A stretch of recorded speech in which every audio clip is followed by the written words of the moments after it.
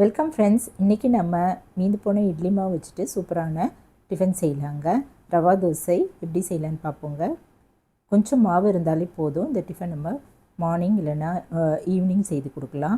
இதுக்கு நான் ஒரு கப் அளவு ரவை ஒரு பாத்திரத்தில் போட்டுட்டேங்க. அது முழுகிற அளவு தண்ணி ஊற்றிட்டு ஒரு அரை மணி நேரம் ஊற வச்சுக்கலாம். இப்போ இந்த ரவை நல்லா ஊறிடுச்சு. இதை நம்ம ஒரு மிக்ஸி ஜாரில் போட்டுக்கலாம். போட்டுட்டு ஒரு 2 பீஸு சின்ன பீஸு இஞ்சி துண்டுகள் அதில் சேர்த்துட்டு 2 பச்சை மிளகாய் சேர்த்துக்கலாங்க. இதை நல்லா ஒரு சுத்தம் அரைச்சிட்டு ஒரு பாத்திரத்தில் வச்சு போட்டுருவோம்.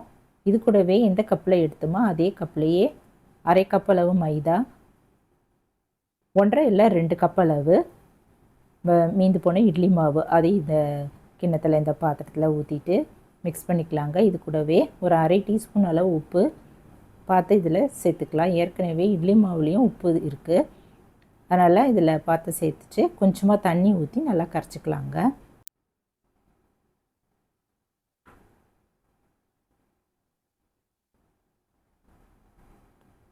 இப்போ ஒரு 6-7 சின்ன வெங்காயம் தோல் உரிச்சிட்டு அரிஞ்சிக்கலாம். 1 ஸ்பூன் அளவு ஜீரகம், 1 ஸ்பூன் மிளகு, கருவேப்பிலை, கொத்தமல்லிலாம் பொடியாக அரிஞ்சு எடுத்து வச்சுப்போம்.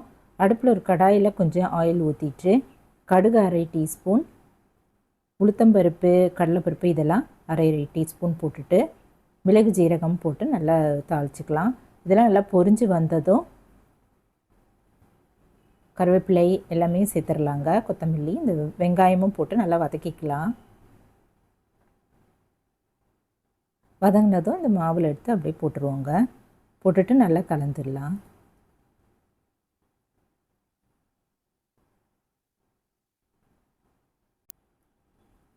அடுப்பில் தோசைக்கல், இரும்பு தோசைக்கல் போட்டுட்டு தொடச்சிட்டு இதில் ஒரு ஸ்பூன் அளவு ஆயில் ஊற்றிட்டு நம்ம எல்லா இடமும் படுற மாதிரி தொடச்சிடுவோங்க.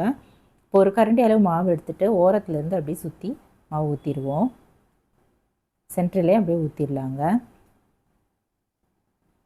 கொஞ்சம் வெந்ததும் சுற்றிலையும் எண்ணெய் ஊற்றிடுவோம், நடுவுலையும் எண்ணெய் ஊற்றிடுவோம். இப்போ அடியில் நல்லா வெந்த பிறகு திருப்பி போட்டு மேலே எண்ணெய் ஊற்றிட்டு 2 பக்கமும் நல்லா செவந்ததும் எடுத்துடலாங்க. அருமையான ரவா தோசை இட்லி மாவு வச்சு நம்ம சூப்பராக இதுக்குள்ளே செய்யலாங்க. தயாராகிடுச்சு. இதே போல் நம்ம எல்லா ரவா தோசையும் சுட்டுடலாம். தண்ணி லைட்டாக அப்படி தெளிச்சிட்டு தொடச்சிட்டு ஊற்றினா ஒட்டாமல் வரும்.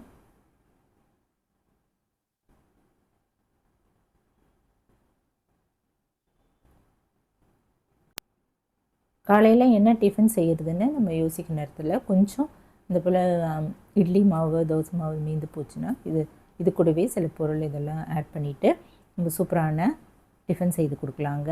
நீங்கள் இந்த ரவா தோசை இந்த போல் தாளித்து இதெல்லாம் போட்டு செய்து பாருங்கள். இதுக்கு சைடிஷ்ஷாக தேங்காய் சட்னி, சாம்பார் இதெல்லாம் வச்சு கொடுக்கலாம். அருமையான இந்த ரவா தோசை ட்ரை பண்ணி பார்த்துட்டு எப்படி இருக்குன்னு சொல்லுங்கள். இந்த வீடியோ பிடிச்சதுன்னா என்னுடைய சேனல் சப்ஸ்கிரைப் பண்ணிக்கோங்க. தேங்க்ஸ் ஃபார் வாட்சிங். நன்றி, வணக்கம்.